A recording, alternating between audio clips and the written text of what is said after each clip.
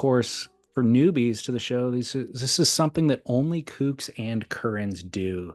There is no intermediate surfer on the planet that does these things. And the submission today, waxing a shortboard to the tip. Great one. Have we not done this one? I don't have it listed in my archives. Then talking about hiding in plain sight. This is the 𝗬cie of Kook and Curren. This is absolutely perfect. I mean, we're submitting it, right? It's going in. Yes, it's going in. It doesn't even need to be discussed, of course. For Yeah. those who need a little context, super pros wax their boards to the tip so they can do their tricky flippy airs and land on any part of the board and drag it back under. Yeah, Kooks do it. 𝗬𝗍 going into the finals day at lowers, it was like he was riding a black color board, so you could see the wax very clearly, and it was lit all the way up to the tip. And he needs every square inch of that space for what he's doing, right? He Yeah. knows where that dude's going to land. He doesn't even know where he's going to land.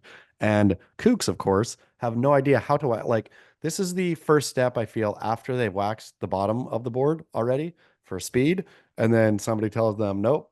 And then they flip it over and be like, okay, here's the traction, and goes so far north towards the North Pole of that board as to be absolutely absurd. Yeah, totally. I feel the big intermediate move, because that's the funny thing. I feel for every Kook and Curren, there's the what everyone else does to avoid being a kook, essentially, right?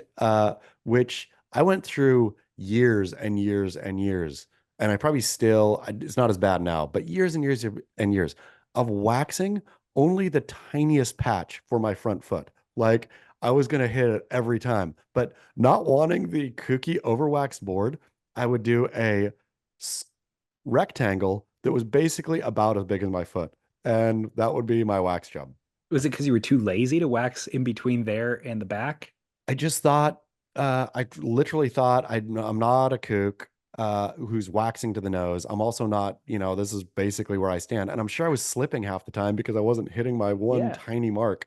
But yeah, I still don't, I won't wax much around the tail pad. I'll still leave a gapper between the tail pad and the upper zone.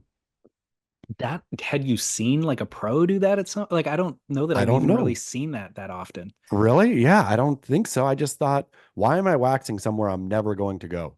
That's hilarious. Like it's a waste of wax. Not that I need to preserve wax, but I just thought, why not? Like how often? I mean, of course, any kind of swell can make anything happen, but how often are you not on your tail pad?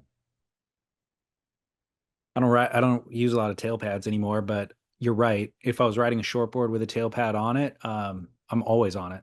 Yeah. And so like, and I get if you're, getting barreled and you need to scooch you up to get your speed pump going on, blah, blah, blah, then you better have wax there. That's not happening to me in where I surf. So I'm going to pop up. My back foot is going to be on my tail pad. Why do I need wax from the tail pad up until where my front foot is roughly going to be? I've expanded that zone now outside of the triangle, but I'll still wax my boards that way.